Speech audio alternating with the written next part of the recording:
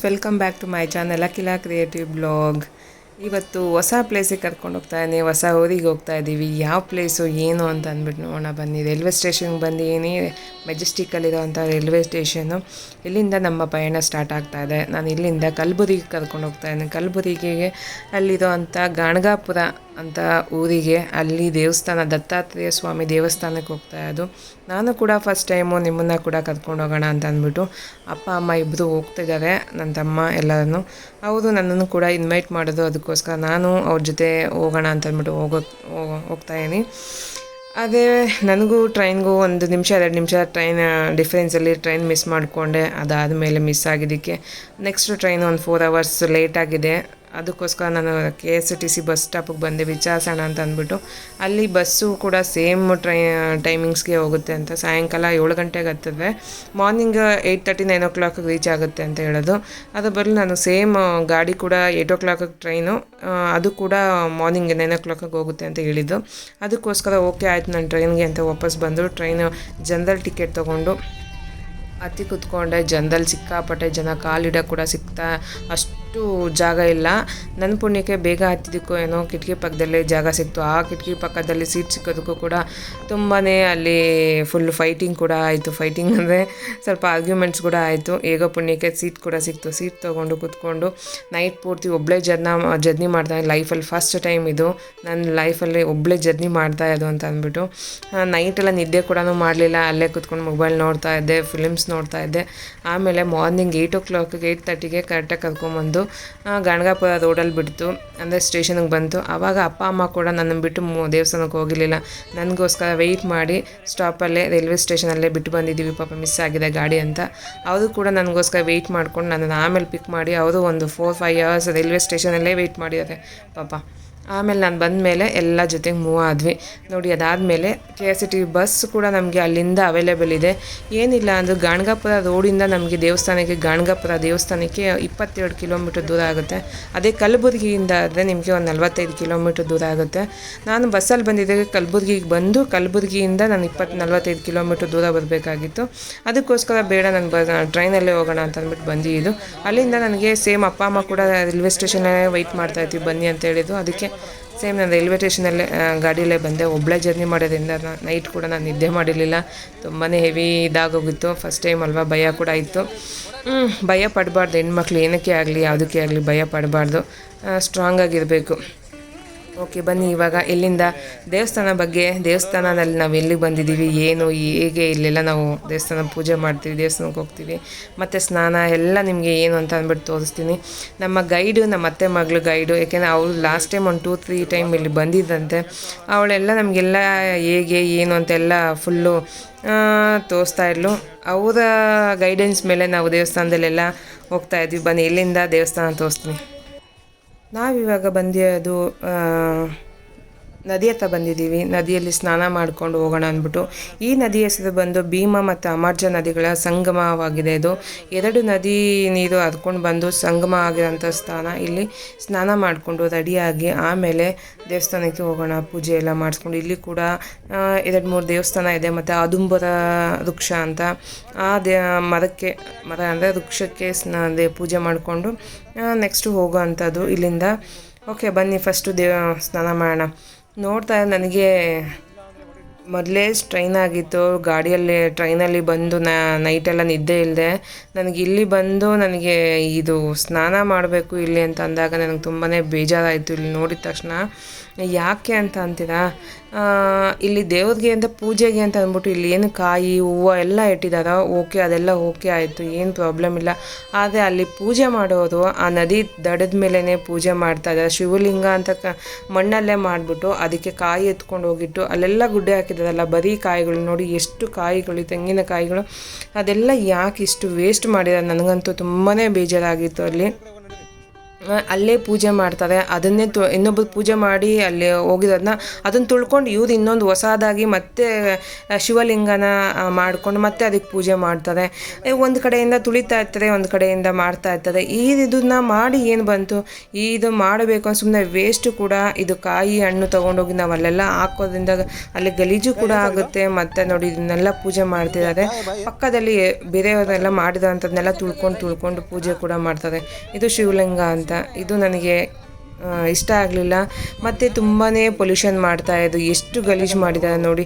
ಈ ಥರ ಪೊಲ್ಯೂಷನ್ ಮಾಡಿದ್ರೆ ಹೇಗೆ ನಮ್ಮ ದೇಶ ಉದ್ಧಾರ ಆಗುತ್ತೆ ಹೇಳಿ, ಚೆನ್ನಾಗಾಗುತ್ತೆ? ನದಿಯಲ್ಲಿರೋವಂಥ ಮೀನುಗಳಿಗೆ ಏನಾಗಬೇಕು, ಒಂದು ಕೂಡ ಮೀನಿರಲಿಲ್ಲ. ನಿಜ ಹೇಳಬೇಕು, ನಾನು ಸ್ನಾನ ಮಾಡೋಕ್ಕೆ ಅಂತ ಒಳಕ್ಕೆ ಹೋದಾಗ ಒಂದೇ ಒಂದು ಸಣ್ಣ ಮೀನು ಮರಿ ಕೂಡ ನಾನು ನೋಡಲಿಲ್ಲ. ಜೊತೆಗೆ ಅಲ್ಲಿ ಬರೀ ಬಟ್ಟೆಗಳೇ ಇದ್ವು, ಕೆಳಗಡೆ ಕಾಲಿಟ್ಟಿದ ತಕ್ಷಣ ಬಟ್ಟೆಗಳೇ ಇದ್ವು. ತುಂಬಾ ಹಿಂಸೆ ಆಯಿತು, ನನಗೆ ಇಷ್ಟನೇ ಆಗಲಿಲ್ಲ. ಮತ್ತು ಬಟ್ಟೆ ಚೇಂಜ್ ಮಾಡ್ಕೊಳೋ ಕೂಡ ಒಂದು ಹೆಣ್ಮಕ್ಳು ಚೇಂಜ್ ಮಾಡ್ಕೊಳೋ ಕೂಡ ಒಂದು ಕೂಡ ನೆಟ್ಟಿಗೆ ಇರೋಂಥ ಫೆಸಿಲಿಟೀಸ್ ಮಾಡಿಲ್ಲ. ತುಂಬ ಈ ನಡುವೆ ಡೆವಲಪ್ ಆಗ್ತಾ ಇರೋಂಥ ದೇವಸ್ಥಾನ ಅಂತ ಇದು. ನನಗೆ ನಿಜವಾಗ್ಲೂ ಇಷ್ಟ ಆಗಲಿಲ್ಲ. ಇದು ನೋಡಿದ ತಕ್ಷಣ ನನಗೆ ತುಂಬಾ ತಲೆನೋವು ಬಂದ್ಬಿಡ್ತು. ನನಗೆ ಡೈರೆಕ್ಟಾಗಿ ಅಲ್ಲಿಂದನೇ ನಾನು ಮಾತಾಡಿಕೊಂಡು ವಿಡಿಯೋ ಮಾಡ್ಕೊಂಡು ಬರೋಣ ಅಂತ ಅಂದ್ಕೊಂಡೆ. ಅದಕ್ಕೆ ನನಗೆ ಇಷ್ಟ ಆಗಲಿಲ್ಲ. ಇದೆಲ್ಲ ನೋಡಿ ನನ್ನ ತಮ್ಮನ ಕೈ ಕೊಟ್ಬಿಟ್ಟೆ, ವಿಡಿಯೋ ಮಾಡ್ಕೊಂಡು ನೀನೇ ಮಾಡಿಕೊಡು ನನಗೆ, ಆಮೇಲೆ ನಾನು ವಾಯ್ಸ್ ಓವರ್ ಕೊಡ್ತೀನಿ ಅಂದ್ಬಿಟ್ಟು. ಅದಕ್ಕೆ ಅವನೇ ಎಲ್ಲ ವೀಡಿಯೋ ಎಲ್ಲ ಮಾಡ್ತಾಯಿದ್ದ. ನಾನು ಜಾಸ್ತಿ ಮಾಡಿಲ್ಲ, ಸ್ವಲ್ಪ ಮಾಡಿದ್ದೀನಿ. ಅವನು ಜಾಸ್ತಿ ತೊಗೊಂಡು ಮಾಡ್ತಿದ್ದ. ನೋಡೋದಲ್ಲ, ನೀಟಾಗಿರೋವಂಥ ಜಾಗ ಎಲ್ಲ. ಮತ್ತು ಹೆಣ್ಮಕ್ಳಿಗೆ ಕ್ಲೀನಾಗಿ ರೆಡಿ ಆಗೋಕ್ಕೆ ಅಂತ ಒಂದು ಸಣ್ಣದ ಡ್ರೆಸ್ ಚೇಂಜ್ ಮಾಡ್ಕೊಳಕ್ಕೆ ಅಂತ ಇದಿಲ್ಲ. ಆಮೇಲೆ ತುಂಬ ಮುಂದೆ ಹೋಗಿದ್ವಿ. ಮುಂದೆ ಹೋದಾಗ ಯಾರೂ ಜನಗಳಿಲ್ಲದೆ ಅಂಥ ಜಾಗಕ್ಕೆ ಹೋಗಿ ಸ್ವಲ್ಪ ಸ್ನಾನ ಮಾಡಿಕೊಂಡು ಅಲ್ಲಿ 3 ಸಲ ಮುಳುಗಿ ದೇವ್ರಿಗೆ ನಮಸ್ಕಾರ ಹಾಕ್ಕೊಂಡು, ಭಕ್ತಿ ಇರಬೇಕು, ಇಷ್ಟು ಮೂಢನಂಬಿಕೆ ಇರಬಾರ್ದು ನೋಡಿ. ಬಟ್ಟೆಗಳು ಕೂಡ ಬಿಚ್ಚಿದ ಬಟ್ಟೆಗಳು ಕೂಡ ಅಲ್ಲಲ್ಲೇ ಬಿಸಾಕ್ಬಿಟ್ಟು ಹೋಗಿದ್ದಾರೆ. ತುಂಬಾ ಗಲೀಜಾಗಿತ್ತು. ಪೊಲ್ಯೂಷನ್. ಪ್ಲೀಸ್, ನಮ್ಮ ಮನೆ ಎಷ್ಟು ಕ್ಲೀನಾಗಿರುತ್ತೋ ಅಷ್ಟೇ ಕ್ಲೀನಾಗಿ ನಮ್ಮ ಪರಿಸರನೂ ಕೂಡ ಇಟ್ಕೊಬೇಕು. ಎಷ್ಟು ನಾವು ನಮ್ಮ ಸುತ್ತಮುತ್ತ ಕ್ಲೀನಾಗಿದೆ, ನಾವು ಅಷ್ಟೇ ಚೆನ್ನಾಗಿರ್ತೀವಿ ಅಲ್ವಾ? ನನಗಂತೂ ತುಂಬಾ ಬೇಜಾರಾಗಿತ್ತು ಅಲ್ಲಿ ನೋಡಿದಾಗ. ತಲೆನೋವು ಬಂದುಬಿಟ್ಟಿತ್ತು ನನಗೆ. ಏನೋ ಅಂದ್ಕೊಬೇಡಿ, ದೇವ್ರು ನಿಜವಾಗ್ಲೂ ದೇವ್ರಿದ್ದಾನೆ. ಆದರೆ ಇಷ್ಟು ಗಲೀಜಿಗೆ ಇಟ್ಕೊಂಡ್ರೆ ಆ ದೇವರು ಕೂಡ ಬರೋ ಜಾಗದಲ್ಲಿ ದೇವರು ಕೂಡ ಬರಲ್ಲ. ಅವನು ಗಲೀಜಿದೆ ಅಂತ ಅಂದ್ಬಿಟ್ಟು ಹೋಗ್ಬಿಡ್ತಾನೆ ಅಲ್ವಾ? ನಮ್ಮ ಸುತ್ತಮುತ್ತ ಎಷ್ಟು ನೀಟಾಗಿ ಇಟ್ಕೊಂಡಿರ್ತೀವೋ ಅಷ್ಟೇ ಇಷ್ಟ ಆಗುತ್ತೆ ದೇವ್ರಿಗೂ ಕೂಡ. ಎಷ್ಟು ನೀಟಾಗಿ ಇಟ್ಕೊಂಡಿದೆ, ಎಷ್ಟು ಚೆನ್ನಾಗಿದೆ ಅಂತ ಅಂದ್ಬಿಟ್ಟು ನಮಗೂ ಕೂಡ ಇನ್ನೂ ಸ್ವಲ್ಪ ಶ್ರದ್ಧೆ ಜಾಸ್ತಿ ಆಗುತ್ತೆ. ಈ ದೇವಸ್ಥಾನದಲ್ಲಿ ಇನ್ನೂ ಒಂದು 10 ನಿಮಿಷ ಕುತ್ಕೊಬೇಕು, ಇನ್ನೂ ಒಂದು ಅರ್ಧ ಗಂಟೆ ಇರಬೇಕು, ಇನ್ನೂ ಒಂದು ಇವತ್ತೆಲ್ಲ ಇಲ್ಲೇ ಇರಬೇಕಪ್ಪ ಅನಿಸುತ್ತೆ. ಅಷ್ಟು ಚೆನ್ನಾಗಿರಬೇಕು. ಇದು ನೋಡಿದ ತಕ್ಷಣವೇ ಸಾಕಪ್ಪ, ಇಲ್ಲಿಂದ ಇನ್ನು ನೆಕ್ಸ್ಟ್ ಟೈಮ್ ಬರೋದು ಬೇಡ ಅಂತ ಅನ್ನಿಸ್ಬಾರ್ದು.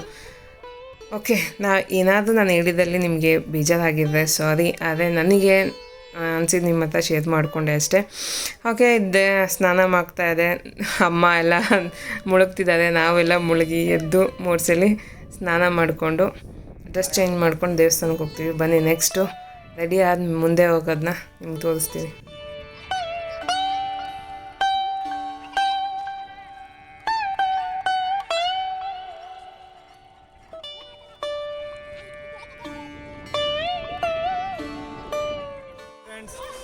ನೋಡಿ, ಜಾತಿ ಥರ ಏನಿಲ್ಲ, ಹೈ ಲೆವೆಲಾಗೆ ಇದೆ. ಇದು ಜಾತಿ ಥರ ಕಾಣಿಸ್ತದೆ ನಂಗೆ ಗೊತ್ತು. ಬಟ್ ಆದರೂ ನೋಡಿ ಹಿಂಗೆಲ್ಲ ಫೈನ್ ಓಕೆ. ಆ್ಯಕ್ಚುಲಾಗಿ ಏನು ಗೊತ್ತಾ ವಿಡಿಯೋ ಮಾಡಿದ್ದು ಅಂದರೆ ವಾಯ್ಸ್ ಕೇಳಿಸ್ತಿಲ್ಲ, ಸುಮ್ಮನೆ ಟೈಮ್ ಪಾಸ್ ಮಾಡ್ತಾರೆ. ಕೇಳಿಸುತ್ತೆ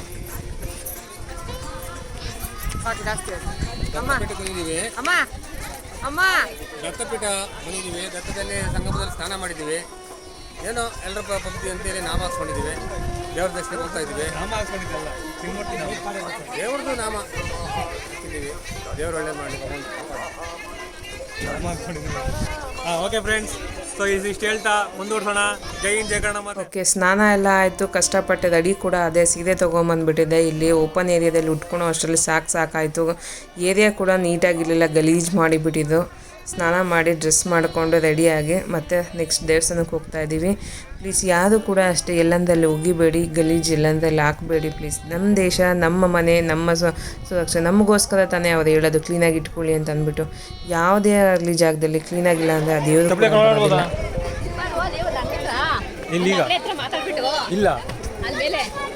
ಅಲ್ಲಿ ಸ್ಲಿಪ್ಪರ್ ಬ್ಯಾಗ್ ಅಲ್ಲಿ ಇಟ್ಟು ಇದು ಪರ್ಸನಲ್ ಆಗಿ ಬ್ಯಾಗ್ ಇಟ್ಕೊಳ್ಳೋಣ. ಯಾಕಂದ್ರೆ ಅದೆಲ್ಲ ಸುತ್ತ ಇರಲಿ. ಓಕೆ, ಅಲ್ಲಿ ಮಾತಾಡ್ಬಿಟ್ಟು ಬಿಟ್ಟು ಬ್ಯಾಗ್ ಬಂದು ಇದು ಸುತ್ತಬಿಟ್ಟು ಅಲ್ಲಿ ಒಳಗಡೆ ಹೋಗಿ ಎಲ್ಲ ಮುಗಿಸ್ಕೊಂಡು ಆಗ ದೇವಸ್ಥಾನ ಇದೆಯಲ್ಲ ಅದೆಲ್ಲ ನೋಡ್ಕೊಂಡು ಬಂದು ಆಮೇಲೆ ಅಲ್ಲೆಲ್ಲ ಪರ್ಚೇಸ್ ಮಾಡ್ಕೊಂಡು ಹೋಗೋಣ. ಇಲ್ಲಿ ಅವನು ಹೆಂಗೆ ಬಂದು ಇಲ್ಲ ಅಣ್ಣ ಆಮೇಲೆ ಬರ್ತೀವಿ. ಅಲ್ಲೇ ಹೋಗೋಣ ಬಾ.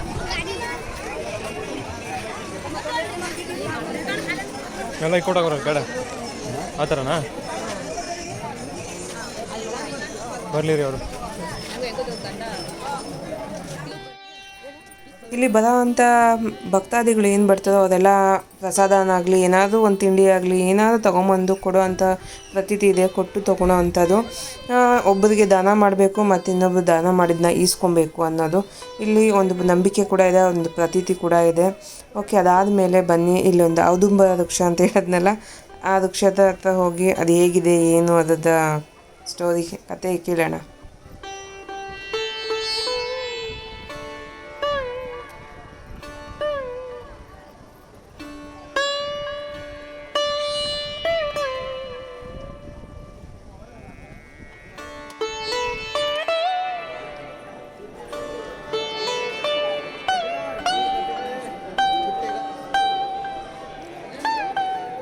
ನೋಡ್ತಾ ಇದ್ದಲ್ಲ, ಇದು ಬಂದು ಔದುಂಬ ವೃಕ್ಷಕ್ಕೆ ಒಂದು ಮಂಟಪ ಎಲ್ಲ ಕಟ್ಟಿದ್ದಾರೆ. ಅದನ್ನು ಸೇಫ್ಟಿಯಾಗಿ ಇದನ್ನು ಇವಾಗೂ ಕೂಡ ಜೋಪಾನವಾಗಿ ಮಾಡ್ತಾರೆ. ಸಾವಿರಾರು ವರ್ಷದ ಹಳೆಯದ ಮರ ಅಂತ ಹೇಳಬಹುದು. ಇದು ಇಲ್ಲಿ ಭಕ್ತಾದಿಗಳೇ ಬಂದು ಕುತ್ಕೊಂಡು ಏನು ದೇವರ ನಾಮಸ್ಮರಣೆ ಮಾಡೋದಕ್ಕಾಗಲಿ ಗ್ರಂಥಗಳನ್ನ ಓದೋದಕ್ಕಾಗಲಿ ಜಾಗ ಕೂಡ ಇದೆ. ಅಲ್ಲಿ ಕುತ್ಕೊಂಡು ಓದೋಕ್ಕೆ, ಇಲ್ಲಾಂದರೆ ಪ್ರಾರ್ಥನೆ ಮಾಡೋದಕ್ಕೆ, ಇಲ್ಲಾಂದರೆ ಮೆಡಿಟೇಷನ್ ಮಾಡೋದಕ್ಕೆ ಕೂಡ ಇದೆ. ಈ ವೃಕ್ಷ ನೋಡ್ತಾ ಇಲ್ಲ, ಪ್ರತಿದಿನ ಕೂಡ ಇಲ್ಲಿ ಪೂಜೆ ಎಲ್ಲ ಆಗುತ್ತೆ. ಈ ವೃಕ್ಷ ಬಂದು ಏನು ಸ್ಪೆಷಲ್ಲು ಅಂತಂದರೆ ನರಸಿಂಹಸ್ವಾಮಿ ಸರಸ್ವತಿ ಗುರುಗಳು ಏನಿದ್ರು ಅವರು ವರ್ಷಾನುಗಟ್ಟಲೆಯಲ್ಲಿ ಕುತ್ಕೊಂಡು ತಪಸ್ಸು ಮಾಡಿ ಧ್ಯಾನ ಮಾಡಿದಂಥ ಪ್ಲೇಸ್ನ ಇಲ್ಲಿ ಇವಾಗ ಗಣಪತಿ ವಿಗ್ರಹ ಇಟ್ಟು ಮತ್ತು ಈಶ್ವರನ ಲಿಂಗ ಇಟ್ಟು ಪೂಜೆ ಕೂಡ ಇವಾಗ ಮಾಡ್ತಾರೆ. ಮತ್ತು ಇನ್ನೇನು ಇದ್ದದ್ದು ಸ್ಪೆಷಲ್ ಏನು ಅಂತಂದರೆ ಈ ಸಮುದ್ರ ಮಂಥನದಿಂದ ಅಥವಾ ಇಲ್ಲಾಂದರೆ ಮೇಲೆ ಆಕಾಶ ಮಂಥನದಿಂದ ಬಂದು ಬಿದ್ದು ಬೆಳೆದುವಂತಹ ಮರ ಅಂತ ಇದನ್ನು ನಂಬಿಕೆ ಇದೆ. ಅದೇ ಎಷ್ಟು ನಿಜ ಎಷ್ಟು ಸುಳ್ಳು ಗೊತ್ತಿಲ್ಲ ನಮಗೆ, ಆದರೆ ನಂಬಿಕೆ ಇದೆ. ಇಲ್ಲಿನ ಜನಗಳು ಕೂಡ ನಂಬಿಕೆ ಮಾಡಿಕೊಂಡು ಇವಾಗೂ ಪೂಜೆ ಎಲ್ಲ ಮಾಡ್ತಾರೆ. ಒಳ್ಳೆಯದು ಕೂಡ. ಮತ್ತು ಸಂಗಮದಲ್ಲಿ ಅಂದರೆ ಭೀಮಾ ಮತ್ತು ಅಮರ್ಜ ನದಿಗಳ ಸಂಗಮದಲ್ಲಿ ಮಿಂದು ಬಂದು ಸ್ನಾನ ಮಾಡಿ ಬಂದು ಇಲ್ಲಿ ಪೂಜೆ ಮಾಡಿ ದೀಪ ಹಚ್ಚೋದ್ರಿಂದ ಒಳ್ಳೆಯದಾಗುತ್ತೆ ಅಂತ ಕೂಡ ನಂಬಿಕೆ ಇದೆ ಇಲ್ಲಿ. ಓಕೆ, ನೋಡೋದಲ್ಲ, ನೆಕ್ಸ್ಟು ಬನ್ನಿ ದೇವಸ್ಥಾನಕ್ಕೆ ಹೋಗೋಣ. ಇಲ್ಲಿ ನೋಡೋದಲ್ಲ, ನೀವು ಬಂದಾಗ ತೀರ್ಥ ತಗೊಂಡು ಸ್ನಾನ ಮಾಡಿ ಬಂದು ದೀಪ ಹಚ್ಚಿ.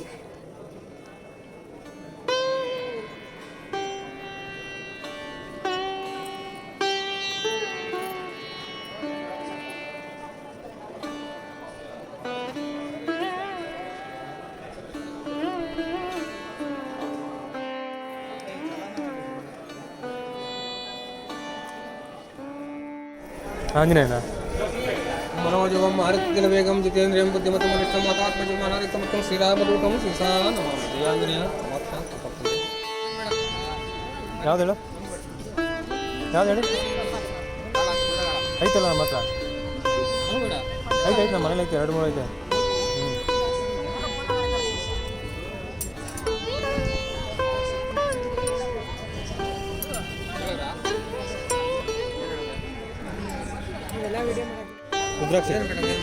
ರುದ್ರಾಕ್ಷಸ್ನಲ್ಲ ಇದೆ. ಒರಿಜಿನಲ್ ಅನ್ನ ಬೆಳೆ में आता है ಇದು ಕೊಯ್ದು ಹುಣಸೆದಲ್ಲ ಇದೆ. गम्मा पंचमुखी काले धागे में पहनो, अच्छा रहता है, शंकर जी को उठा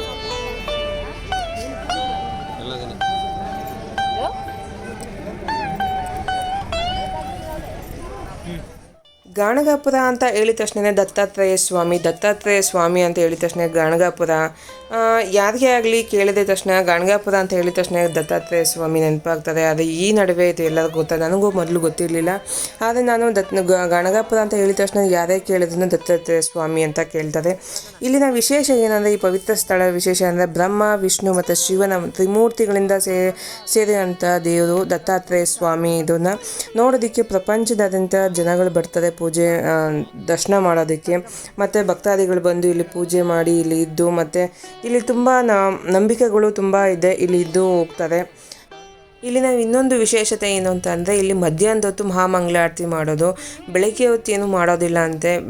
ಮಧ್ಯಾಹ್ನ 12:30 ಮೇಲೆ 1:30, 2:30ಗೆ ಮಹಾಮಂಗಳಾರತಿಗಳಾಗೋ ಅಂಥ ವಿಶೇಷ ಇಲ್ಲಿದೆ ಅಂತ ಹೇಳ್ತಾರೆ. ಪ್ರಸಾದ ಎಲ್ಲ ತೊಗೊಂಡ್ವಿ. ಅದಾದಮೇಲೆ ನೆಕ್ಸ್ಟು ಪ್ಲೇಸ್ಗೆ ನಾವು ಬಂದಿದ್ದು ಭಸ್ಮದ ಗುಡ್ಡಕ್ಕೆ ಅಂತ ಅಂದ್ಬಿಟ್ಟು. ಭಸ್ಮದ ಗುಡ್ಡ ಅಂತ ಅಂದಿದ ತಕ್ಷಣ ನಾನೇನೋ ಯೋಚನೆ ಮಾಡ್ಕೊಂಡು ಹೋಗಿದ್ವಿ. ನಾನೇನೋ ಇದೆ ಅಂತ ಅಂದ್ಕೊಂಡು ಏನು ಅಂತ ಅಂದ್ಕೊಂಡಿದ್ದೆ ಅಂದರೆ ಇಲ್ಲಿ ಭಸ್ಮ ನಾವೇನು ವಿಭೂತಿ ಹಚ್ತೀವೋ ವೈಟ್ ವಿಭೂತಿ ಹಚ್ಕೊತೀವೋ ಅದನ್ನು ಗುಡ್ಡೆ ಥರ ಮಾಡಿರ್ತಾರೆ, ಇಲ್ಲಾಂದರೆ ಒಂದೊಂದು ಫ್ಯಾಕ್ಟ್ರಿ ಇರುತ್ತೆ ಅಂತ. ನಾನು ಇಲ್ಲಿ ಬಂದು ಇದನ್ನು ನೋಡಿದ ತಕ್ಷಣ ನನಗೆ ಫುಲ್ ಆಶ್ಚರ್ಯ, ಎಲ್ಲಿ ಭಸ್ಮ, ಎಲ್ಲಿ ಈ ಭಸ್ಮ ಎಲ್ಲಿ ಕಾಣ್ತಾ ಇದೆ ಅಂತ ಫುಲ್ಲು ಹುಡುಕ್ತಾನೇ ಇದ್ದೆ ನಾನು. ಆಮೇಲೆ ನನಗೆ ಆಟೋದಲ್ಲಿ ಹೋಗಿ ಆಟೋದಲ್ಲಿ ಕೂತಿ ಅವ್ರನ್ನ ಕೇಳಿದಾಗ ನನಗೆ ಗೊತ್ತಾಗಿದ್ದು ಇವರೆಲ್ಲ ಇಲ್ಲಿ ಅಷ್ಟೇ ಬಂದು ನಮಗೆ ಗೈಡ್ ಇದ್ದಲ್ಲ, ಹೌದು ಅದನ್ನೇ ಇದೇ ಭಸ್ಮ ಅಂತ ಅಂದ್ಬಿಟ್ಟು ತೊಗೊಂಡೋದು. ಹೌದು ತೊಗೊಂಡಾದಮೇಲೆ ನನಗೆ ಓಕೆ ಆಯಿತು, ಅದರಲ್ಲೇ ನಾನು ಸ್ವಲ್ಪ ಕೊಡಿ ಅಂತ ಅಂದ್ಬಿಟ್ಟು ನಾನು ಕೂಡ ಸ್ವಲ್ಪ ತೊಗೊಂಡೆ. ಇಲ್ಲೆಲ್ಲ ದೇವ್ರ ನಮಸ್ಕಾರ ಮಾಡಿಕೊಂಡು ಭಸ್ಮ ತಗೊಂಡು ಮತ್ತು ಮನೆ ಕಟ್ಟೋದಿದ್ದೆ, ಮನೆಯಲ್ಲಿ ಕೂಡ ಕಲ್ಲಿಂದು ಮನೆ ಕಟ್ಟಿ ಬಂದ್ವಿ. ಆಟೋದಲ್ಲಿ ಕೂತಾಗ ಅವ್ರು ಹೇಳಿದ್ರು, ಇಲ್ಲಮ್ಮ ಇದು ಭಸ್ಮದ ಉಂಡೆ, ಇದು ಭಸ್ಮನೇ ಇದು. ಈ ಮಣ್ಣನ್ನು ನೀವು ನೀರಲ್ಲಿ ಕಲಿಸಿ ಯಾವಾಗ ಹಣೆಗೆ ಇಟ್ಕೊತಿದೋ ಅದು ಫುಲ್ಲು ಡ್ರೈ ಆದಾಗ ನಿಮಗೆ ಬೆಳ್ಳಗೆ ಕಾಣುತ್ತೆ, ಅದು ಭಸ್ಮನೇ. ಇದು ಹೇಗೆ ಅದು ಅಂತ ನಾನು ಸರ್ಚ್ ಮಾಡಿದಾಗ ಈ ಪರಶುರಾಮ ಅವರು ಏನಿದ್ರು, ಪರಶುರಾಮ ಆ ದೇವರು ಆವಾಗ ಇವರು ಭಸ್ಮ ಹೋಮ ಹವನಗಳೆಲ್ಲ ಇಲ್ಲಿ ಕುತ್ಕೊಂಡು ಮಾಡಿದ್ದಂತೆ. ಅದು ಭಸ್ಮ ಆಗಿ ಅಲ್ಲಿರೋವಂಥ ಜಾಗ ಎಲ್ಲ ಭಸ್ಮ ಥರ ಆಗಿದೆಯಂತೆ. ಗುಡ್ಡೆ ಥರ ಇದ್ದಿದ್ದು ಇವಾಗ ಫುಲ್ಲು ಜನಗಳೆಲ್ಲ ಬಂದು ತೆಗೆದು ಖಾಲಿಯಾಗಿ ಇಷ್ಟು ಮಾತ್ರ ಇದೆ ಅಂತ ಹೇಳ್ತಾ ಇದ್ದಾರೆ. ನೋಡ್ತಾ ಇದ್ದ ಮನೆ ಕೂಡ ಕಟ್ತಾ ಇದ್ದೀವಿ. ಇಲ್ಲಿ ಹಳ್ಳಗಳೆಲ್ಲ ನೋಡೋದಲ್ಲ, ಇದೇ ಜಾಗದಲ್ಲಿ ಭಸ್ಮಗಳೆಲ್ಲ ತೊಗೊತಾ ಇದ್ದು ಮಣ್ಣಿನ, ಅದು ಭಸ್ಮ ಅಂತ ಅಂದ್ಬಿಟ್ಟು ತೊಗೊಂಡು ಬರ್ತಾ ಇದ್ದು. ಗೈಡ್ ಇವಾಗ ಒಂದು ಮಾತು ಹೇಳ್ತಾರೆ, ಇಲ್ಲಿಗೆ ಗೈಡ್ ಅವರ ಹೇಳಿ ಎಲ್ಲ ಹೋಗ್ತಿದ್ದೀವಿ, ಯಾಕೆ ಫಸ್ಟ್ ಅದು ದೇವಸ್ಥಾನಕ್ಕೆ ಹೋಗ್ದಂಗೆ ಇದಕ್ಕೆ ಹೋಗ್ತಾ ಇದ್ದೀವಿ ಫಸ್ಟ್ ನಾವು? ಹಾಂ, 2 ಒಂದೇ ಕ್ಲೋಸ್ ಆಗಿದ್ದೀವಿ ಇವಾಗ.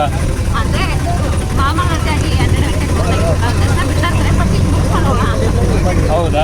ಅಲ್ಲ ಅದಕ್ಕೂ ಇದಕ್ಕೂ ಅವಾಗಲೇ ನೀವು ಫಸ್ಟ್ ಏನೋ ಇಲ್ಲ ನಾರ್ಮಲ್ಲ. ಈಗ ಶನಿಮಾತ್ಮ ದೇವಸ್ಥಾನಕ್ಕೆ ಹೋಗ್ತಾ ಇದ್ದೀವಿ. ಏನು ಚರ್ಚೆ ಶನಿಮಾತ್ಮ ದೇವಸ್ಥಾನದಲ್ಲಿ? ಓಕೆ, ರೈಟ್ ಹೇಳಿ. ಈಶ್ವರ ಇದೆಯಾ ಶನಿಮಾತ್ಮ ದೇವಸ್ಥಾನದಲ್ಲಿ? ರೋಡ್ ಹೆಂಗಿದೆ? ವಿಡಿಯೋ ಮಾಡೋದಕ್ಕೆ ಅಂತ ಫೋನ್ ಕೊಟ್ಟರೆ ರೋಡೆಲ್ಲ ವೀಡಿಯೋ ಮಾಡಿಕೊಟ್ಟಿದ್ದಾನೆ ನನ್ನ ತಮ್ಮ. ವೀಡಿಯೋ ಚೆನ್ನಾಗಿದೆ ಕ್ಯಾಪ್ಚರ್ ಮಾಡೋ ಅಂದರೆ ಹಿಂಗೆಲ್ಲ ಕ್ಯಾಪ್ಚರ್ ಮಾಡಿಕೊಟ್ಟಿದ್ದಾನೆ. ಎಲ್ಲ ಅರ್ಧನೇ ಎಲ್ಲ ಮೇಲೆ ಕಾಣ್ತಾ ಇಲ್ಲ, ಎಲ್ಲ ಕೆಳಗೆನೇ ವೀಡಿಯೋ ತೆಗ್ದಿದ್ದಾನೆ. ಆ ವಿಡಿಯೋ ತೆಗಿಬೇಕಾದ್ರೂ ಫುಲ್ ಕೆಳಗೆ ಇಟ್ಕೊಂಡು ತೆಗ್ದಿದ್ದಾನೆ, ಒಂದು ಕೂಡ ಕ್ಲಾರಿಟಿ ಇಲ್ಲ. ನನಗೆ ಯಾವಾಗೂ ಹೇಳ್ತಿದ್ದವ್ ನೋಡು, ಅವನೇ ಈ ಥರ ಮಾಡಿದ್ದಾನೆ. ಡಿಫ್ರೆಂಟಾಗಿ ಆ್ಯಂಗಲಲ್ಲಿ ಹಿಂಗೆಂಗೋ ತೆಗ್ದಿದ್ದಾನೆ. ವಿಡಿಯೋ ಮಾಡಿದ್ದೀನಿ, ವಿಡಿಯೋ ಕಟ್ ಮಾಡಿಬಿಡ್ರಿ. ವಿಡಿಯೋ ಯಾವುದು ಕಟ್ ಆಗದಿಲ್ಲ. ನೆಕ್ಸ್ಟ್ ಮುಂದಕ್ಕೆ ಬಂದಿದ್ದೀವಿ, ನೆಕ್ಸ್ಟ್ ಪ್ಲೇಸಿಗೆ ಬಂದಿದ್ದೀವಿ. ಶನಿ ಮಹಾತ್ಮನ ದೇವಸ್ಥಾನ, ಉದ್ಭವ ಶನಿ ಮಹಾತ್ಮ ದೇವಸ್ಥಾನ ಅಂತ ಇಲ್ಲಿ ಕರೀತಾರೆ. ನಿಶ್ಶಬ್ದವಾಗಿರಿ, ಶನಿ ಮಹಾತ್ಮ ದೇವರನ್ನು ಧ್ಯಾನದಿಂದ ಸ್ಮರಿಸಿ ಅಂತ ಹೇಳುತ್ತಾ ದೇವರ ಹತ್ರ ನಡೆಯೋಣ, ಹೋಗೋಣ ಬನ್ನಿ.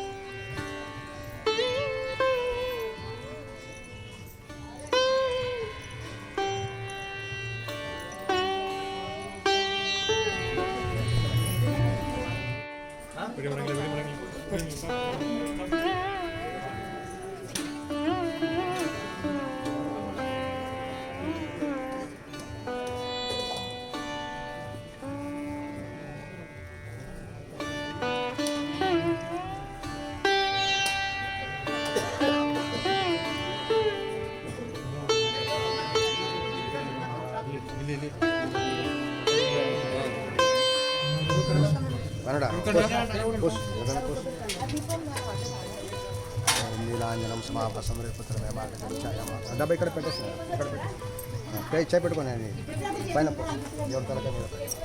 ఇది కూడా దేవుడికి తలకాయ మీద పెట్టు. ఉండు ఉండు ఉండు పైన పెట్టు. ముక్కండి, ఇద్దరు అలాగే దేవుడికి ముక్కండి, బొట్టు పెట్టుకోండి. ఏం రక్షణ ఉంటే బుట్టలు పెట్టేసి దీపం బయట ముట్టించుకోకపోతే బయట కొట్టాలి. అన్నీ బయట తీసుకో, అన్నీ తెలుస్తుంది ఏమేమి చేస్తున్నా బయట అన్నాడు.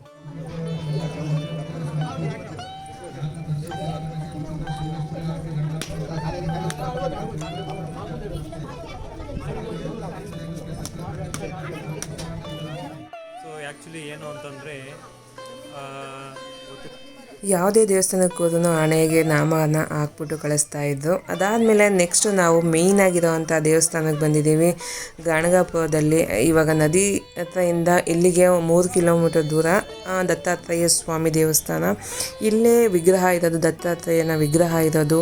ಬ್ರಹ್ಮ ವಿಷ್ಣು ಮಹೇಶ್ವರ 3 ಸೇರಿ ಒಂದು ಮೂರ್ತಿ ಇರೋ ಅಂಥ ದೇವಸ್ಥಾನ ಇಲ್ಲೇ.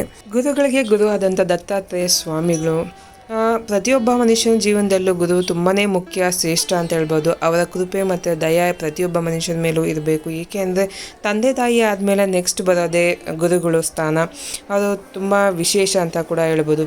ಏನೇ ಸಾಧನೆ ಮಾಡಬೇಕು ಅಂದರೂ ಅವರ ಕೃಪೆ ಇರಬೇಕು. ಇದು ಮತ್ತು ಇದನ್ನು ವಿಶೇಷ ಇಲ್ಲಿನ ದತ್ತಾತ್ರೇಯ ಸ್ವಾಮಿ ವಿಶೇಷ ಏನು ಅಂದರೆ ಇಲ್ಲಿ ಬ್ಲ್ಯಾಕ್ ಮ್ಯಾಜಿಕ್ ಆಗಲಿ, ದೆವ್ವ ಪಿಚಾಚಿ ಮತ್ತು ಏನಂತ ಹೇಳ್ತೀವಿ ಆತ್ಮಗಳು, ಅದು ಕೂಡ ಮೂಢನಂಬಿಕೆಗಳು ತುಂಬಾ ಇಲ್ಲಿ ಬರ್ತಾರೆ. ಮೂಢನಂಬಿಕೆಗಳು ಅಂತ ಹೇಳೋಕ್ಕಾಗಲ್ಲ, ಒಬ್ಬೊಬ್ಬರ ನಂಬಿಕೆ ಒಂದೊಂದು ಥರ. ಪ್ರತಿ ಸುತ್ತಮುತ್ತ ರಾಜ್ಯಗಳಿಂದನೂ ಕೂಡ ಇಲ್ಲಿ ಬಂದು ಇಲ್ಲಿ ಸ್ಟೇ ಮಾಡಿ ನೈಟೆಲ್ಲ ಇದ್ದು ಅವರ ಪ್ರಾರ್ಥನೆ ಎಲ್ಲ ಮಾಡಿಕೊಂಡು ಹೋಗೋದುಂಟು. ಇಲ್ಲಿ ದರ್ಶನ ಎಲ್ಲ ಆಯಿತು, ಚೆನ್ನಾಗಾಯಿತು. ನೀವು ಎಲ್ಲ ನೋಡೋದಲ್ಲ ಇಷ್ಟ ಆಗಿದೆ ಅಂತ ಅಂದ್ಕೊತೀನಿ. ಇಷ್ಟ ಆಗಿದೆ ಲೈಕ್ ಮಾಡಿ, ಶೇರ್ ಮಾಡಿ, ಕಮೆಂಟ್ ಮಾಡಿ ತಿಳಿಸಿ.